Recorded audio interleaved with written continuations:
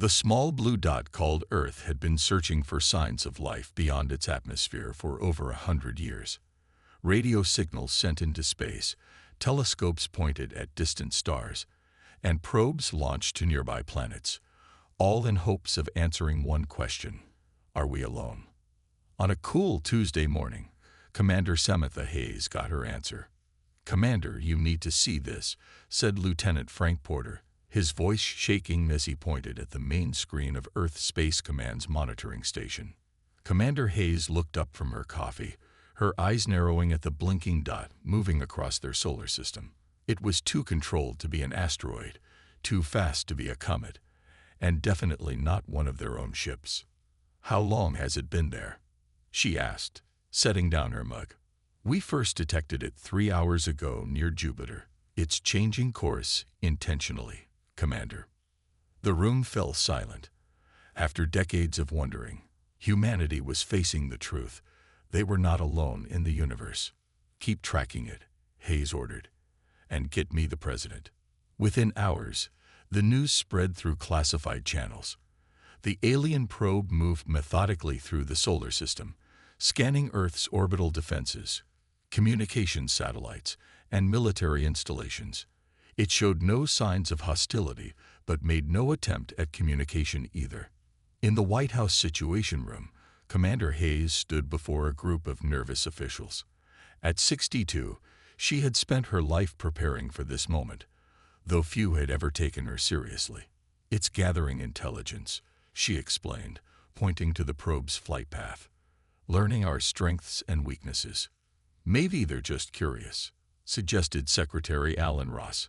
"First contact could be the greatest moment in human history." Hayes shook her head. "Curious visitors announce themselves. This probe is being careful not to be detected by our civilian systems. It only appeared on our military sensors because I had them upgraded last year." President Elaine Foster leaned forward. "What do you recommend, Commander?" "We need to speed up Project Sentinel. If this is just the first scout, we need to be ready for what comes next." Several officials groaned. Project Sentinel had been Hayes' obsession for years, a massive defense system hidden beneath the lunar surface, consuming billions in secret funding. "Those resources could help people here on Earth," argued the Treasury Secretary. "Those resources won't matter if we're not here," Hayes replied firmly. The alien probe continued its survey for 3 days before suddenly accelerating to impossible speeds, vanishing into deep space. It left behind a planet divided between hope and fear.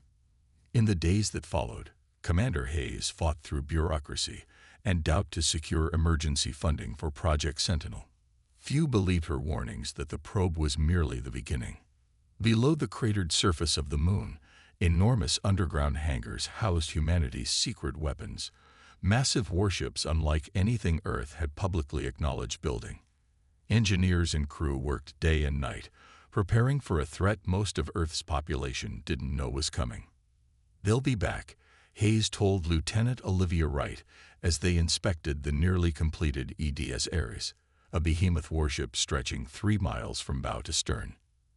"And next time, they won't just be watching." Wright, a brilliant tactical officer barely 30 years old, nodded in agreement. "How long do you think we have, Commander?" Hayes looked at the young woman who would one day replace her. "Not long enough, but we'll be ready anyway." 6 months later, as Hayes was reviewing the latest readiness reports in her office, the emergency alert blared across all channels. Lieutenant Porter burst through her door, face pale. "Commander, thousands of ships just appeared in Earth orbit." Hayes closed her eyes briefly, then stood up with renewed determination. "Contact all Sentinel bases. Activate the fleet." The day Earth had feared and prepared for had finally arrived. But the galaxy was about to learn that humanity was far from helpless. Earth's major cities fell under the shadow of enormous alien vessels. They hovered silently, their hulls reflecting sunlight with an almost beautiful glow that belied their deadly purpose. People around the world stared at the sky in terror, wondering if this was the end of human history. In the United Nations Emergency Chamber, representatives from all nations gathered as a beam of light appeared in the center of the room. From it stepped a tall, gray-skinned being with 4 arms and eyes that glowed with an inner purple light. "I am Vexorn, ambassador of the Xalari Confederation." The alien spoke in perfect English.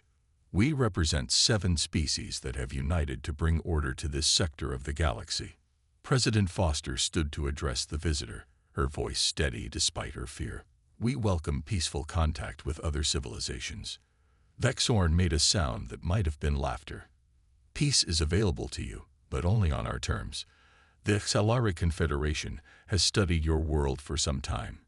You are classified as a minor species, capable of limited space travel, but lacking both faster-than-light technology and meaningful defensive capabilities." The alien touched a device on his wrist, and a holographic display appeared, showing Earth and its resources. "Your planet is rich in resources we require. You will surrender these resources and accept status as a protectorate species, or you will face extinction. You have 7 days to comply." Jack Miller, a diplomat chosen to negotiate with the aliens, stepped forward. At 53, he had spent his career solving disputes between nations, but nothing had prepared him for this. "Surely we can discuss terms that benefit both our peoples," Miller suggested. "There is nothing to discuss," Vexorn replied. "We have conquered hundreds of worlds this way." Some resisted. None survived. The alien's eyes scanned the room. "Our scans show no significant military capabilities that could challenge us. 7 days, then we begin." After the alien departed, world leaders argued about whether to surrender or fight with Earth's limited space forces, a few orbital platforms and small fighters that would be no match for the alien armada. Miller quietly left the chaos of the chamber and entered a secure communications room. Commander Hayes appeared on the screen, her face grim. "I heard everything," she said. "We need more time." "How much longer until the fleet is ready?" Miller asked. "The first 3 dreadnoughts can launch in 5 days. We need all 7 you can give us." Miller nodded. "I'll do my best." The Xalari seemed confident. "They don't see us as a threat." "Good," Hayes replied. "Let's keep it that way until we're ready." For the next several days, Miller met with Vexorn, asking detailed questions about life as a protectorate, requesting clarification on resource quotas, and suggesting complex surrender procedures. The Xalari, believing humans were simply accepting their fate, allowed the delays. Meanwhile, beneath the lunar surface, crews worked around the clock. The massive dreadnought warships, each over 3 miles long, underwent final preparations. These ships were humanity's greatest secret, built slowly over decades using technology reverse-engineered from an ancient alien ship discovered buried on Mars 50 years earlier. On the 6th day, Miller met with Vexorn one last time. "Tomorrow we expect your formal surrender," the alien stated. Miller nodded slowly. "There's just one more question that Earth's people need answered before we decide our future. Our scientists are curious. Did your scans detect any unusual structures beneath our moon's surface?" For the first time, Miller saw confusion flicker across the alien's features. "Your moon is dead rock, with only your small research stations on the surface. Why do you ask this?" Miller allowed himself a small smile. "No reason, just being thorough." That night, as Earth waited in fear for the deadline, Commander Hayes gave the order that humanity had been preparing for over 50 years. "Activate all dreadnoughts. The counterattack begins at dawn." Deep beneath the lunar surface, massive doors began to slide open. Dust that had remained undisturbed for decades now scattered as the first of Earth's secret weapons prepared to emerge. Lieutenant Olivia Wright stood at her station on the bridge of the EDS Ares, the largest warship humans had ever built.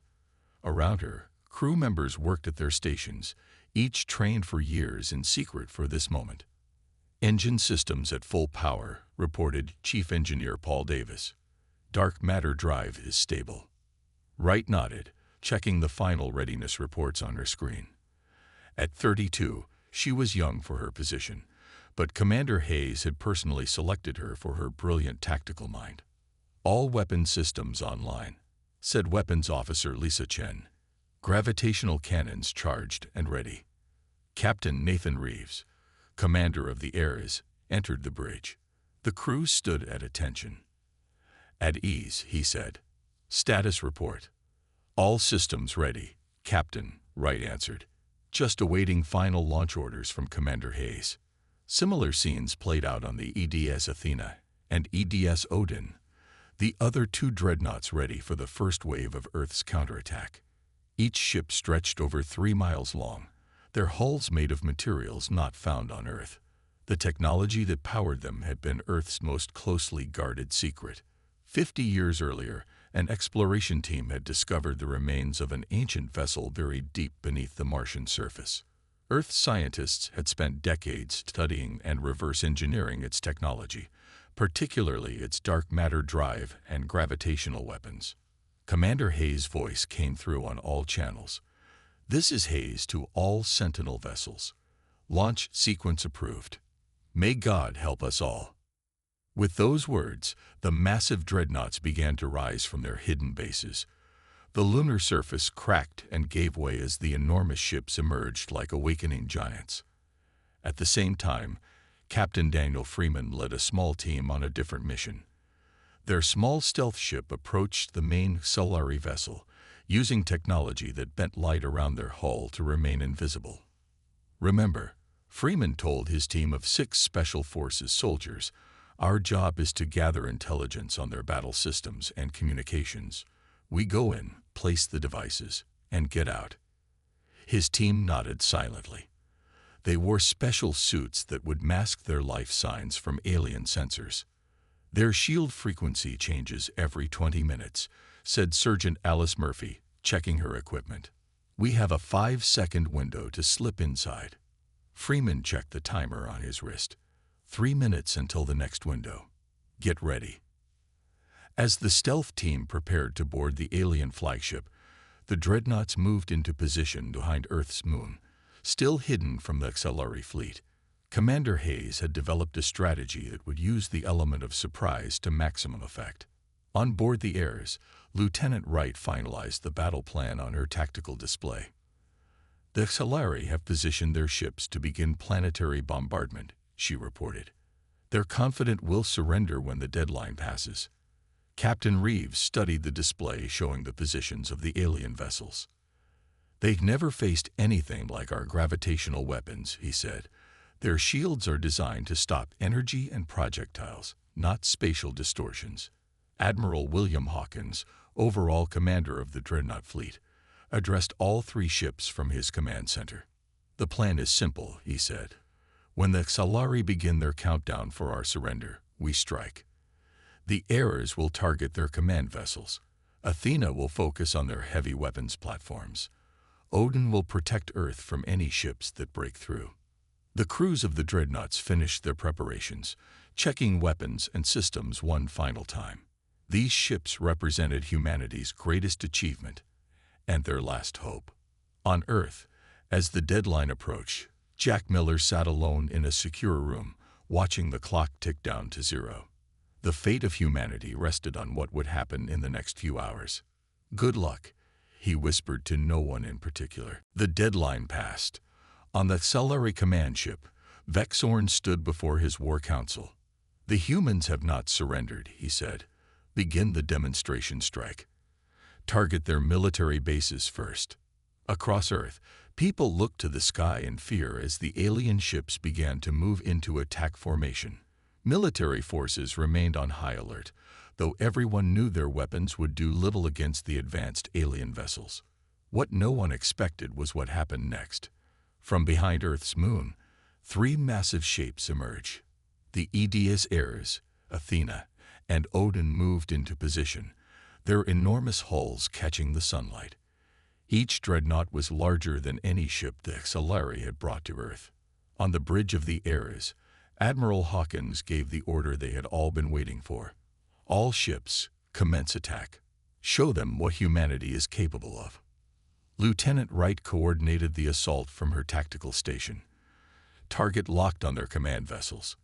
Gravitational cannon charging. The Xalari fleet scrambled to respond to the unexpected threat. Their sensors had failed to detect these massive vessels until they appeared from behind the moon. "Unknown human vessels detected," shouted a Xalari officer on their command ship. "How is this possible? Our scans showed no such technology." Vexorn stared in disbelief at the display showing the human dreadnoughts. "Redirect all ships. Destroy those vessels immediately." But the humans struck first. The Ares fired its main weapon, a cannon that manipulated gravity itself. A beam of distorted space shot toward the alien fleet, creating a localized gravitational well that crushed an entire battle group of Xalari ships. The smaller vessels were pulled together violently, crumpling like paper toys. The Athena targeted the Xalari heavy weapons platforms, its smaller gravity guns creating precise points of increased gravity that disabled the platform's firing systems. Meanwhile, the Odin moved to protect Earth, creating a barrier of altered space that deflected enemy weapons fire. Aboard the Xalari command ship, Captain Freeman's team had successfully placed their devices. Hidden in the ship's communication center, they activated the jammers. Jamming successful, Freeman reported through his secure channel. Their quantum communications are disrupted. They can't coordinate their fleet. The confusion among the Xalari forces was immediate. Unable to receive orders from their command ships, many captains acted independently, some firing wildly at the human vessels, others attempting to retreat. Admiral Hawkins watched the battle unfold on his display. "Press the advantage," he ordered. "Don't give them time to regroup." The Ares moved closer to the largest concentration of enemy ships. Lieutenant Wright directed a series of precise strikes, targeting engines and weapon systems rather than destroying the vessels outright. "Sir," she said to Captain Reeves, "if we disable rather than destroy, we can study their technology later." Reeves nodded his approval. "Good thinking, Lieutenant." The battle continued for 3 hours. Earth lost many smaller support ships that had joined the fight, but the dreadnoughts remained intact, their advanced shields absorbing the Xalari weapons fire.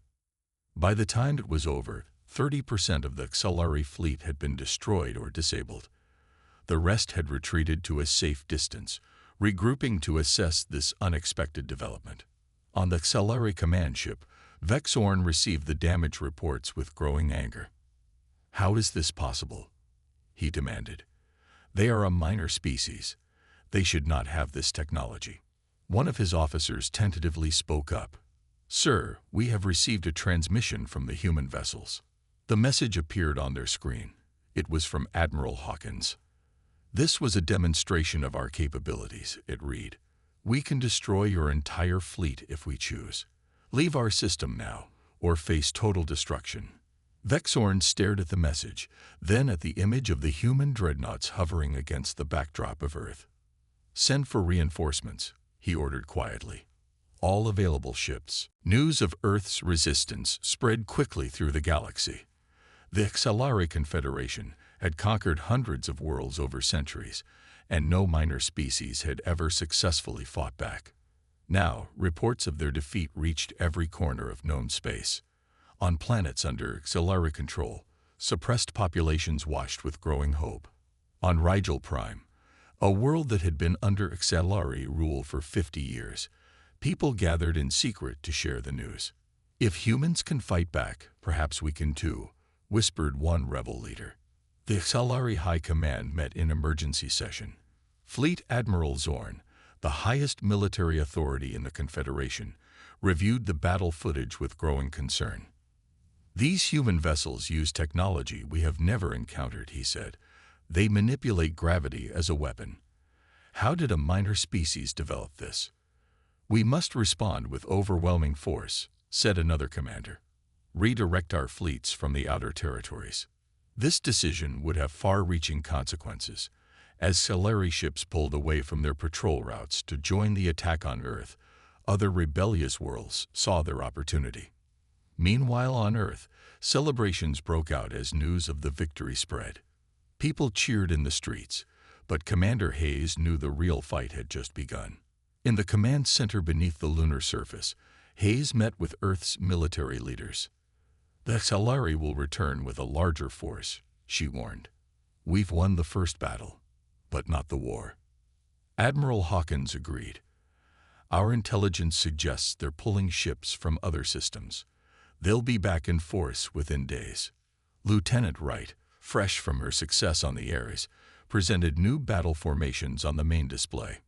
The Dreadnoughts work best when they coordinate their gravitational fields, she explained.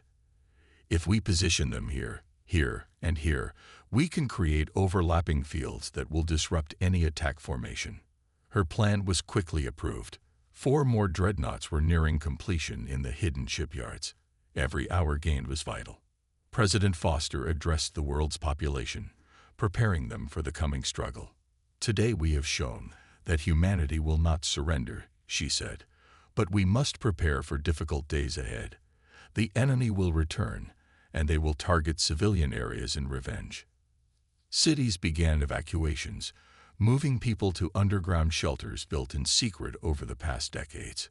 Commander Hayes had planned for this possibility long ago. As Earth prepared for the next assault, an unexpected development occurred. A small ship appeared at the edge of the solar system, its design unlike the HFY vessels. It broadcast a message on all frequencies.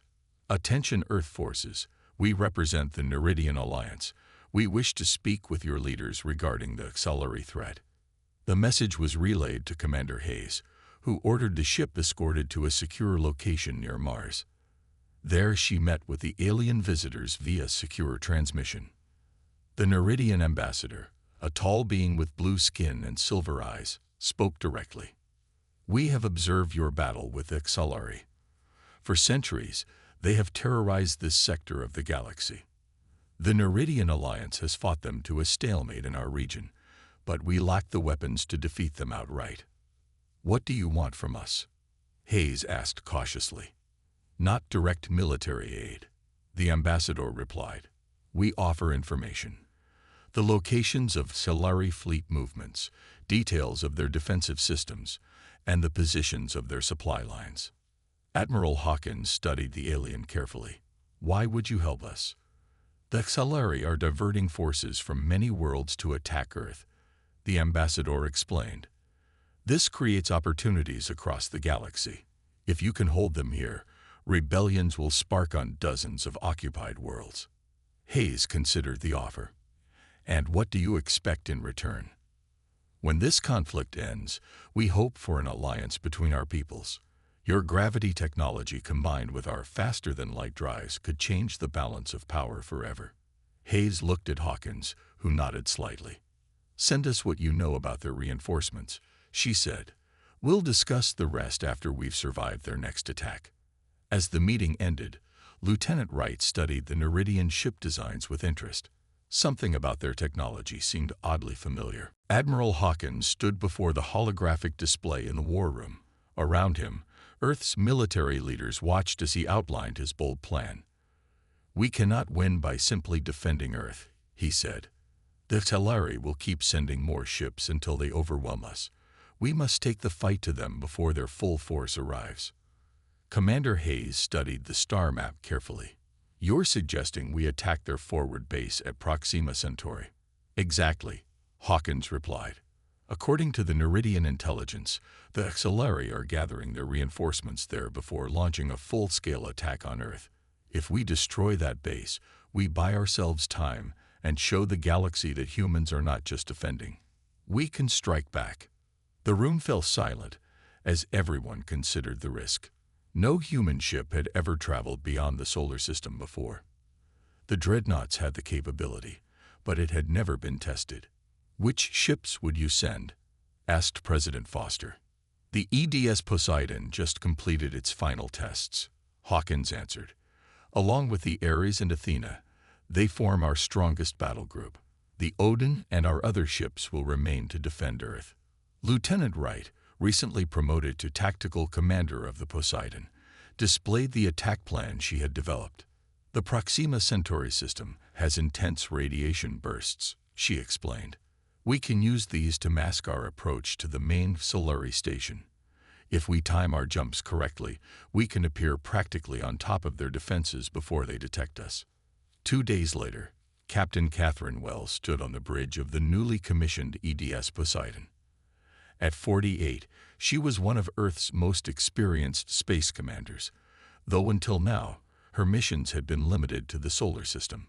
"All systems ready, Captain," reported her first officer, Commander Greg Johnson. "Dark matter drive is stable for the jump." Wells nodded. "Lieutenant Wright, begin the jump sequence." Wright's fingers moved across her console, inputting the calculations for humanity's first journey to another star. Jump sequence initiated.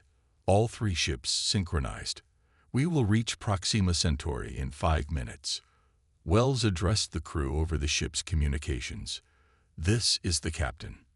In 5 minutes, we will make history as the first humans to reach another star system. More importantly, we will show the Xalari that Earth is not a planet to be conquered. We are a force to be reckoned with throughout the stars."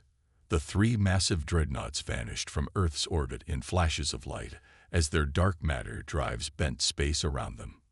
5 minutes later, they appeared at the edge of the Proxima Centauri system. Ahead of them lay the largest Xalari military installation outside their home territory, a massive space station surrounded by hundreds of warships. "We've arrived undetected," Wright reported. "The radiation burst from Proxima is masking our heat signatures." Captain Wells studied the tactical display. "Proceed as planned. Ares will target their defensive platforms. Athena will engage their patrol ships. Poseidon will approach the station itself." What followed was the largest space battle in human history. The Xalari, caught by surprise, scrambled to respond as the human dreadnoughts opened fire. The Ares gravitational weapons tore through the tightly packed defense platforms, creating chaos as the alien vessels collided with each other in the distorted space. The Poseidon pushed forward toward the main station, taking heavy fire but protected by its advanced shields. On the bridge, Lieutenant Wright noticed something on her scanners. "Captain, I'm detecting a pattern in their shield harmonics," she said excitedly. "There's a fluctuation every 42 seconds, if we time our gravitational pulse precisely." "Do it," ordered Captain Wells. Wright synchronized the Poseidon's main weapon to fire at exactly the right moment. The gravitational beam passed through the momentary weakness in the Xalari shields, striking the station's command center directly. The entire station went dark, its systems failing as its structure began to break apart. The remaining Xalari ships fell into disarray without central coordination. The victory came at a cost. The EDS Athena suffered severe damage to its propulsion systems and weapons array, but the mission was a success. The Xalari forward base, which would have launched the final assault on Earth, was destroyed.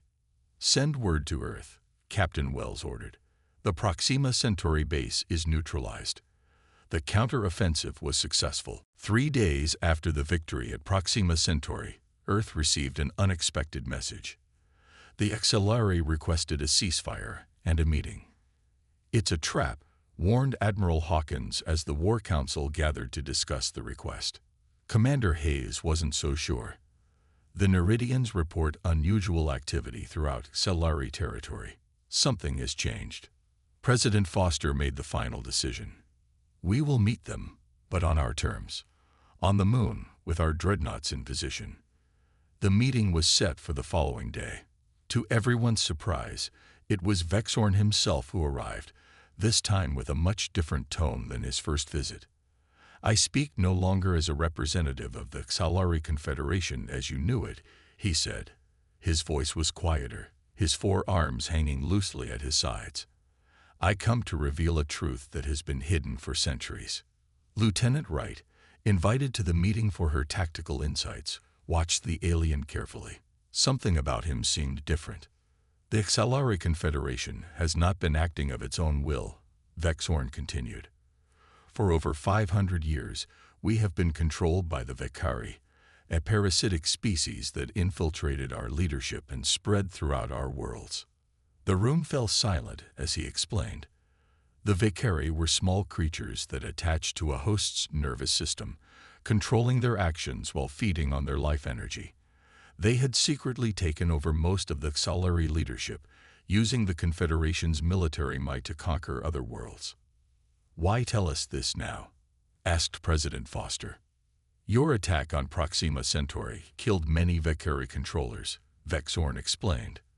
"Without them, many Xalari have awakened to the truth. Rebellions have broken out across our worlds, but the Vakari homeworld remains protected by defenses we cannot penetrate." Admiral Hawkins remained suspicious. "You expect us to believe this convenient story just as we gain the upper hand?" The Neridian ambassador, who had joined the meeting, spoke up. "What he says is true. Our intelligence has confirmed unusual behavior throughout Xalari space. Many ships that were heading to attack Earth have turned back to fight other Xalari vessels." Commander Hayes studied the data before her. "If what you say is true, Vexorn, what do you want from us?" "An alliance," the alien replied simply. "Your dreadnoughts, with their unique gravitational technology, are the only weapons capable of penetrating the Vakari's defensive systems. Together, we can free not just the Xalari, but hundreds of worlds from their control." After hours of discussion and verification of Vexorn's claims, a tentative alliance was formed. Earth would help target the Vakari homeworld, while liberated Xalari forces would protect Earth from any remaining enemy ships. As preparations began for the joint mission, Lieutenant Wright made a startling discovery while analyzing captured Xalari technology. "Commander, you need to see this," she said, showing Hayes the results of her analysis. "The quantum signatures in the Xalari drives match patterns we found in the Mars artifacts." Hayes looked at the data with growing amazement. "Are you saying our dark matter drive designs weren't developed independently?" "I think the technology we found on Mars was left there intentionally," Wright explained. "The similarities are too precise to be coincidence. Someone wanted us to have this technology, maybe as a safeguard against threats like the Vakari." The implications were enormous. Perhaps Earth had been visited long ago by an advanced civilization that left behind fragments of their knowledge, knowing it would eventually be needed. When Wright shared her findings with the Neridian ambassador, the alien seemed unsurprised. "There are legends among many species of the Guardians, an ancient race that seeded technology throughout the galaxy before disappearing. Perhaps your Mars discovery was one such gift." As Earth prepared for the final battle against the Vakari, the mystery of their technological origins added a new dimension to humanity's sudden rise among the stars. They had been dismissed as a minor species, but perhaps they had been meant for something greater all along. Commander Hayes looked out at the assembled fleet, human dreadnoughts alongside Xalari cruisers and Neridian scout ships. "Whether by chance or design," she said quietly, "humanity has awakened to its place among the stars." The combined fleet of Earth, free Xalari, and Neridian ships gathered at the edge of the Vakari home system. 6 Earth dreadnoughts, now including the newly completed EDS Zeus, formed the core of the attack force. The Zeus was the largest vessel yet built, carrying weapons powerful enough to reshape small moons. Admiral Hawkins addressed the fleet from the Zeus command deck. "Today we fight not just for Earth, but for freedom across the galaxy. Every ship, every crew member has a role to play. Trust your training and watch out for one another." Captain Freeman, recovered from his earlier mission, now led a ground assault team prepared to infiltrate the Vakari central hive. His team included soldiers from all 3 allied species. "The Vakari will fight hardest to protect their queen chamber," he told his team as they checked their equipment. "That's our target. Without the queen, the entire species loses coordination." On the bridge of the EDS Poseidon, Lieutenant Wright worked with Xalari and Neridian scientists on a critical modification to their weapons. "The gravitational fields need to be calibrated precisely," she explained. "We want to target only Vakari neural patterns, sparing innocent host bodies." The fleet jumped into the Vakari system at precisely the same moment. Immediately, they faced the most powerful defensive array any of them had ever encountered. Energy beams lanced out from orbital platforms, while thousands of automated fighter drones swarmed toward the Allied ships. "All ships, execute attack pattern Hawkins 3, ordered the Admiral. The 6 Dreadnoughts moved into formation, creating overlapping gravitational fields that diverted enemy fire and crushed the approaching drones. The battle was fierce. Solari ships provided cover as Freeman's team shuttled toward the surface of the Valkyrie homeworld. Neridian vessels used their superior speed to draw fire away from the larger Earth ships. On the surface, Freeman's team fought their way through the alien city. The architecture was strange. Organic curves and pulsing surfaces that seemed alive. Valkyrie defenders, using host bodies from a dozen different species, converged to stop them. "Keep moving," Freeman shouted as they pushed toward the central hive structure. "Wright's modifications should be ready any minute now." In orbit, the EDS Athena suffered critical damage to its engines. Commander Hayes, who had insisted on joining the mission despite her age, made a quick decision. "All crew to escape pods," she ordered. "I'm staying aboard to maintain course." Hayes knew what needed to be done. As the crew evacuated, she manually guided the damaged Dreadnought toward a massive Valkyrie command ship, preparing to launch a suicide attack against the Zeus. Admiral Hawkins watched in horror as he realized Hayes' intention. "Samantha, no. We can find another way." "Too late for that, William," Hayes replied calmly over the comm. "The next generation is ready. They don't need us old soldiers anymore." The Athena collided with the Valkyrie ship just as it powered its main weapon, the resulting explosion saving the Zeus and hundreds of Allied vessels. At that moment, Lieutenant Wright completed the weapon's modification. "All ships, fire gravitational pulses on my mark. Now." The Dreadnoughts fired simultaneously, their specially calibrated gravitational weapons creating waves that passed through the planet's surface. The fields affected only the Valkyrie parasites, disrupting their neural patterns without harming their hosts. On the surface, Freeman's team reached the Queen Chamber just as the pulses hit.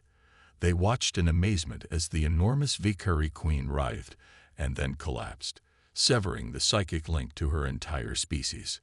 Across the galaxy, Valkyrie controllers fell from their hosts, their hold on the Solari Confederation and other worlds broken forever. 1 month later, Captain Olivia Wright, promoted after her contributions to the victory, stood on the observation deck of the newly commissioned EDS Hayes. The ship, named in honor of Commander Hayes' sacrifice, would lead a new fleet of exploration vessels. "Captain, we're ready to depart," said her first officer. Wright looked out at the stars, now filled with possibilities rather than threats. Representatives from 26 formerly oppressed species had gathered on Earth to form a new alliance, with humanity playing a central role. "Set course for the Andromeda cluster," she ordered. "There are still stars out there waiting to be awakened." The massive ship turned gracefully and accelerated into the darkness, carrying humanity's hopes and dreams to distant stars. What had begun as Earth's desperate last stand had become the dawn of a new era for the entire galaxy.